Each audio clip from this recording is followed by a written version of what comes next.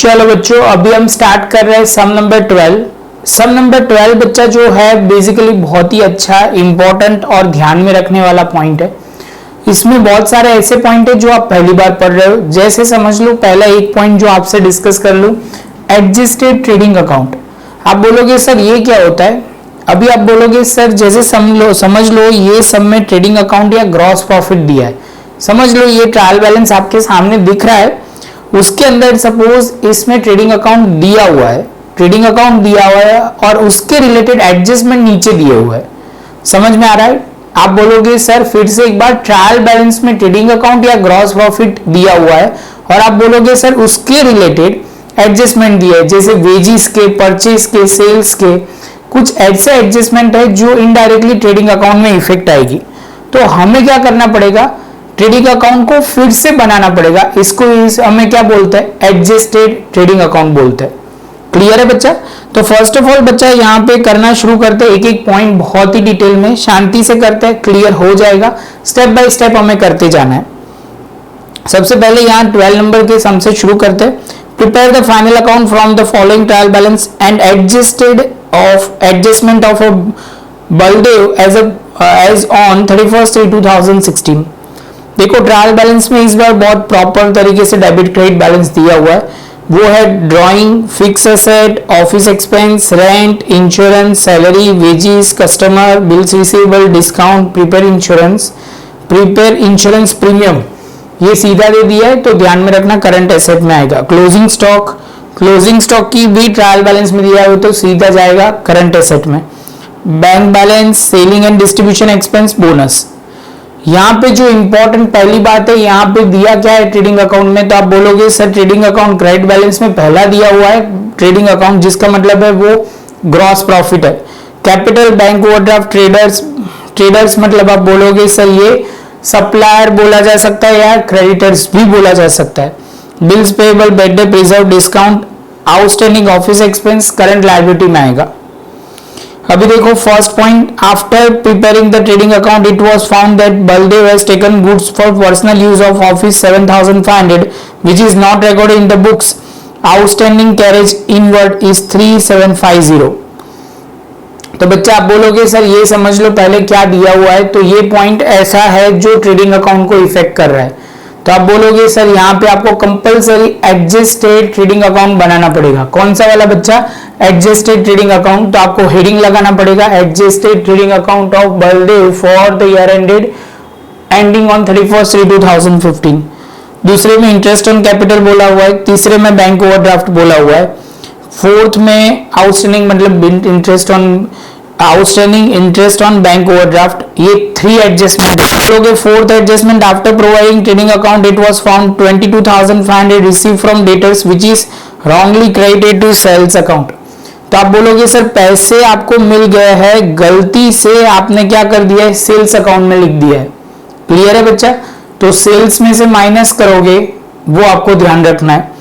Provided depreciation on fix asset on 10% unrecorded credit purchase दिया हुआ है, goods of ₹22,000 destroyed by fire for which insurance company has accept the claim of 90% of amount. Fixed asset of 30,000 sold for 22,500 for cash on 1/10/2015 which is not recorded in the books. तो बच्चा पहले fix asset का adjustment करने के लिए सबसे पहले 8th वाला करेंगे, बाद में डेप्रिसिएशन प्रोवाइड करेंगे। चलो बच्चा तो स्टार्ट करते हैं। सबसे पहले after the preparing it was found that Baldev has goods for personal use. तो आप बोलोगे सर ये क्या आएगा? तो जनरली बच्चा हम क्या करते हैं ये देखना अभी शांति से, ये मैं मिटा रहा हूं, थोड़ी जगह हो अभी। यहाँ पे परचेज में से आप लिखोगे goods withdraw for personal use, minus करोगे। क्या करोगे बच्चा? माइनस। देखो समझ लो मैं लिख के बताता हूं, लेकिन आप बोलोगे सर यहाँ तो परचेज है ही नहीं, तो माइनस करेंगे तो ये अमाउंट नेगेटिव हो जाएगी। तो इसका हम क्या करेंगे? हम क्रेडिट साइड लिखेंगे। कौन सी साइड लिखेंगे? क्योंकि माइनस अमाउंट लिख नहीं सकते डेबिट साइड, तो आप बोलोगे सर इसका मतलब हम लिखेंगे कहाँ पे? क्रेडिट साइड पे। ये मोस्ट इंपॉर्टेंट पॉइंट है, वो बच्चे को समझ में ही नहीं आता ये पॉइंट समझना। ये पॉइंट क्लियर कर लो तो समझ में आ जाएगा। फिर से बोल रहे हैं सर यहां से माइनस करेंगे बच्चा तो नेगेटिव बैलेंस आएगा, जो प्रैक्टिकली पॉसिबल नहीं है। इसलिए हम क्या करेंगे? क्रेडिट साइड पे सीधी एंट्री लिखेंगे। समझ में आया? लिखेंगे सबसे पहले by goods withdrawn for personal use. कितना विड्रॉ किया है? 7500। आगे चलेंगे बच्चा। अभी दूसरा जो आप बोलोगे सर ये 7500 है, वो ड्राइंग में प्लस हो जाएगा। यहां पे लिखेंगे गुड्स, यहां लेस में होगा गुड्स विड्रॉन। तो आप बोलोगे सर यहाँ पे कितनी अमाउंट? 7500। बच्चा मैं तो कई जगह पे बहुत शॉर्ट में लिख रहा हूं, लेकिन आप नहीं लिख सकते, ध्यान में रखना। आउटस्टैंडिंग कैरेज इनवर्ड, तो आप बोलोगे सर ये कैरेज इनवर्ड है, वो कैरेज में प्लस हो जाता है, लेकिन यहाँ तो कैरेज कोई है नहीं, तो आप लिखोगे आउटस्टैंडिंग कैरेज इनवर्ड जो होगा 3750, और दूसरी इफेक्ट ये करंट लायबिलिटी में आ जाएगी। तो यहाँ पे लिखेंगे आउटस्टैंडिंग करंट मतलब कैरेज इनवर्ड, तो आप बोलोगे 2 मतलब 3750 ये भी हो जाएगा। Calculate the interest on capital 5% per annum आपको बोला गया है, तो आप बोलोगे सर इन कैपिटल ढूंढने के लिए सबसे पहले 7,50,000 है, तो हमने यहाँ पे लिख दिया सबसे पहले ट्रायल बैलेंस में 10% करोगे बच्चा तो 75,000 होगा, उसका आधा 37,500 5% करोगे तो, और यहाँ हो जाएगा इंटरेस्ट ऑन कैपिटल 37,500। देखो बच्चा एक चीज ध्यान रखना, हर एक एडजस्टमेंट की हम प्रॉपर तरीके से डबल इफेक्ट दे रहे हैं, मतलब डबल एंट्री दे रहे हैं, क्योंकि आपको वो क्लियर करना है जो ट्रायल बैलेंस में से सर अमाउंट ले रहे हैं उसकी एक इफेक्ट आ रही है, और बाकी जो इंटरेस्ट और ये सब कुछ है उसकी डबल इफेक्ट आ रही है। क्लियर है? चलो, outstanding interest on bank overdraft is 750, तो आप बोलोगे आउटस्टैंडिंग इंटरेस्ट है, तो यहाँ पे हम लिख देंगे इंटरेस्ट ऑन बैंक ओवरड्राफ्ट, तो आप बोलोगे सर वो कितना है, तो आप बोलोगे 750, और यहां पे लिखेंगे आउटस्टैंडिंग बैंक ओवरड्राफ्ट, आप बोलोगे 750, तो ये भी हो गया। After preparing the trading account it was found 22,000 receive from debtors which is wrongly credited to sales account. तो बच्चा ये ध्यान में रखना, सेल्स में से ये अमाउंट माइनस करनी पड़ेगी, सेल्स में से ये अमाउंट माइनस होती है, तो आप बोलोगे सर रॉन्गली रिकॉर्डेड। यहां माइनस करोगे बच्चा तो आंसर माइनस में आएगा, जो प्रैक्टिकली पॉसिबल नहीं है, इसलिए हम क्या करेंगे, तो आप बोलोगे सर सिंपली आपको उसकी इफेक्ट डालनी पड़ेगी। यहां पे लिखेंगे wrongly recorded in sales, in sales कितने अमाउंट रिकॉर्ड कर दिए, तो आप बोलोगे 22,500, और आपको ध्यान में रखना है दूसरी इफेक्ट डेटर्स में से ये माइनस करनी है, वो गलती नहीं होनी चाहिए, डेटर्स में से ये माइनस हो जाएगा रॉन्गली रिकॉर्डेड, तो आप बोलोगे 22,500, तो ये ध्यान रखना है बच्चा। जैसे ये पॉइंट कंप्लीट होता है तो आपका ये पॉइंट भी क्लियर। अभी बच्चा वो फिफ्थ एडजस्टमेंट हम बाद में करेंगे, पहले सिक्स्थ देख लेते हैं। अनरिकॉर्डेड क्रेडिट परचेज इज 12,000, तो आप बोलोगे सर ये परचेज में प्लस होगा, परचेज में प्लस होगा तो चलेगा, तो यही साइड पे हम लिखेंगे, तो हम लिखेंगे टू अनरिकॉर्डेड क्रेडिट परचेज, कितना लिखेंगे बच्चा, तो आप बोलोगे सर 12,000। जैसे आप परचेज में प्लस करोगे तो आप बोलोगे सर क्रेडिटर्स में भी प्लस करना पड़ेगा, जिसमें सम में दिया हुआ एक वर्ड लिया था ट्रेडर्स, तो ट्रेडर्स तो 3 लाख है, उसमें प्लस करेंगे अनरिकॉर्डेड क्रेडिट परचेज जो होगा 12,000, तो ये होगा 3,12,000। तो यहां से आगे जाएंगे 7th पॉइंट।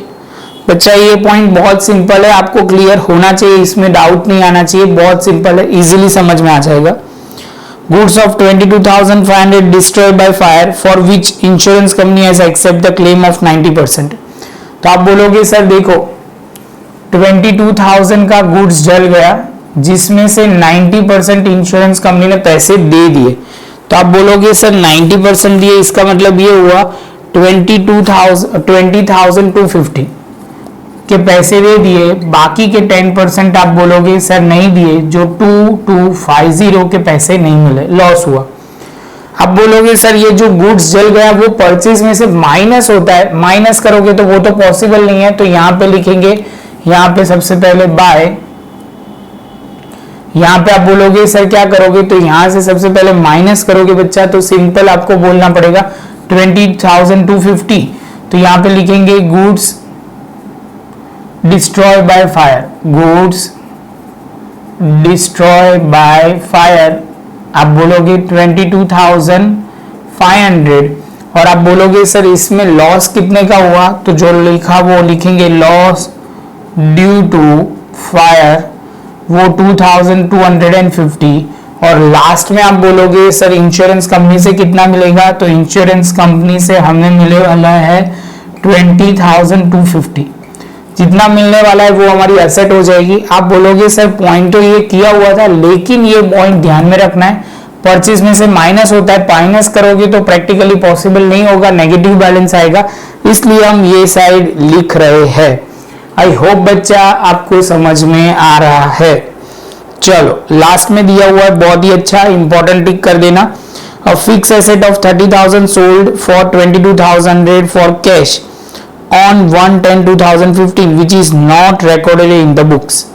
तो सबसे पहले आप बोलोगे सर 30,000 की बुक जो वैल्यू कितनी होगी, क्योंकि आपने कितना यूज किया है वो देखो, तो आपका ईयर जो स्टार्ट होगा वो आप बोलोगे सर ये जो होगा ये 16 है पहली बार, चलो 1/4/2015 से स्टार्ट होगा ईयर, और आप बोलोगे सर 1/10/2015, तो ये जो होगा इसका मतलब क्या है, तो आप बोलोगे सर सिंपली 4 5 6 7 8 9 10, तो आप बोलोगे सर ये टोटल्स, आप बोलोगे 10 कंसीडर नहीं करेंगे क्योंकि फर्स्ट डेट है, तो आप बोलोगे सर 6 मंथ का डेप्रिसिएशन चार्ज करना पड़ेगा, तो आप बोलोगे सर रेट ऑफ डेप्रिसिएशन कितना है फिक्स एसेट पे, तो आप बोलोगे सर 10% है, तो हम पहले करेंगे फिक्स एसेट पे डेप्रिसिएशन, तो आप बोलोगे 30,000 इंटू 10% इंटू 6/12, तो आप बोलोगे 1500, तो आप बोलोगे सर ये कितना हो जाएगा 29, मतलब आप बोलोगे 28,500, जिन्होंने बेचा कितने में, तो 22,500, तो आप बोलोगे 6,000 का लॉस हो गया, लॉस कितने का हो गया 6,000 का, और यहाँ पैसे मिलेंगे तो ये सेल्स वैल्यू बैंक में आएगी, सेल्स वैल्यू हम लिखेंगे बैंक या कैश में ऐड हो जाएगा। क्लियर है बच्चा, ये पॉइंट इफेक्ट समझना बहुत ही जरूरी है। चलो बच्चा, तो लिखेंगे कैसे वो समझना बहुत सिंपल है।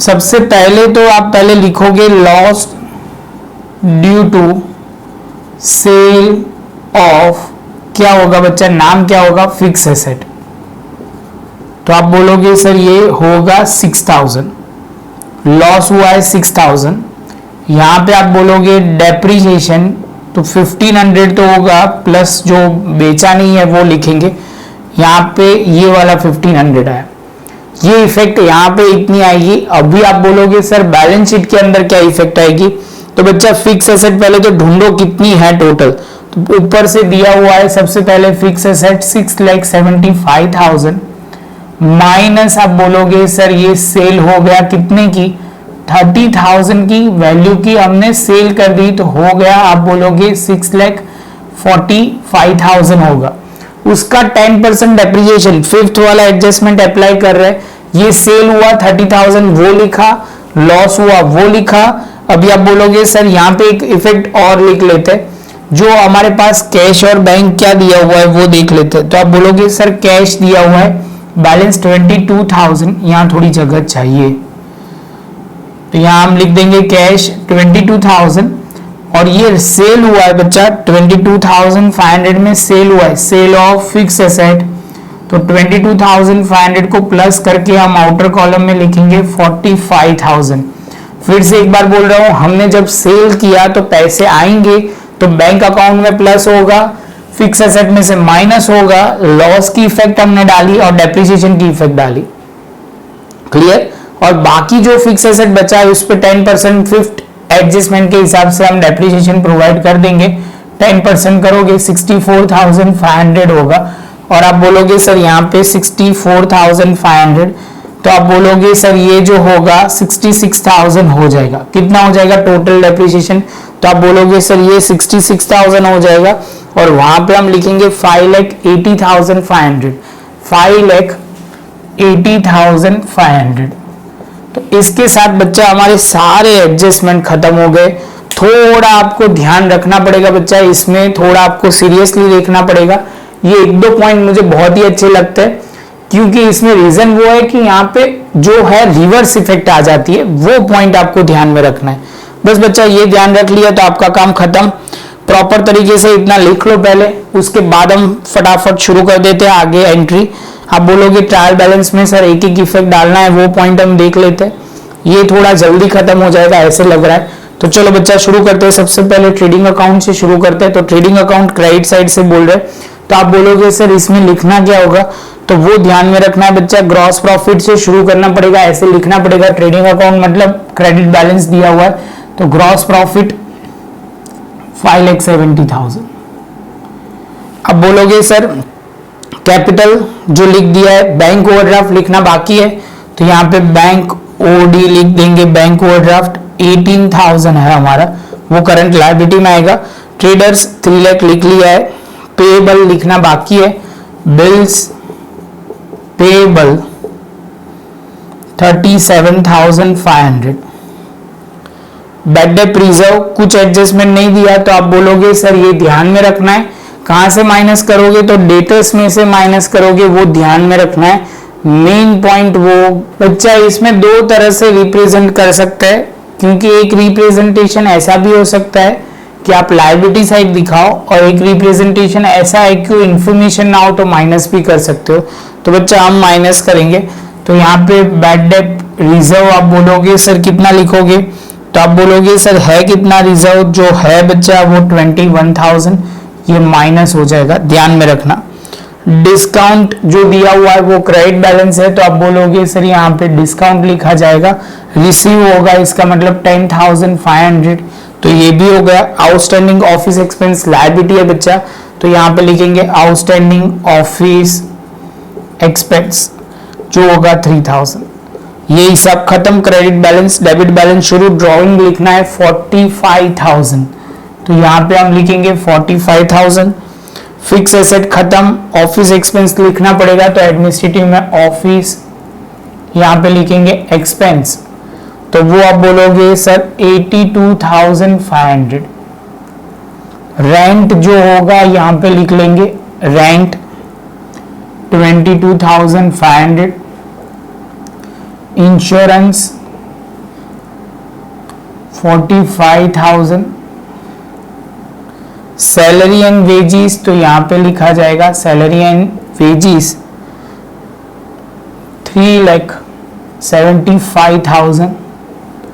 इसके बाद कस्टमर है, कस्टमर जो हमारे है वो 2,25,000, ये माइनस करके आउटर कॉलम में लाना पड़ेगा। उसके बाद बिल्स रिसीवेबल वहां पे ही आएगा, तो हम लिख लेंगे बिल्स रिसीवेबल कितना लिखेंगे बच्चा, तो आप बोलोगे 22,500। डिस्काउंट जो दिया हुआ है वो आप बोलोगे सर यहाँ पे आ जाएगा डिस्काउंट अलाउ, जिसको हम वर्ड यूज करेंगे क्योंकि डेबिट साइड है इसलिए। उसके बाद डिस्काउंट खत्म होने के बाद प्रीपेड इंश्योरेंस जो एसेट के तौर पे आ जाएगा प्रीपेड इंश्योरेंस, तो बच्चा कितना लिखेंगे 3,750। क्लोजिंग स्टॉक वो भी यहां पे आ जाएगा बच्चा, क्लोजिंग स्टॉक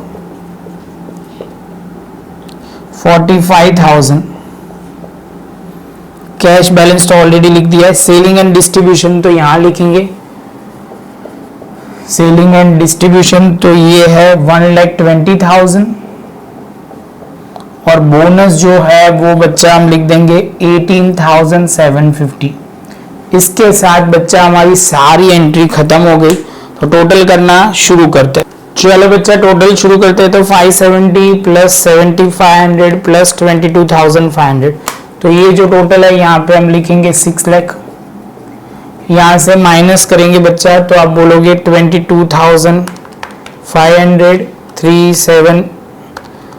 3750 माइनस 12,000, तो ये जो होगा 5,61,750।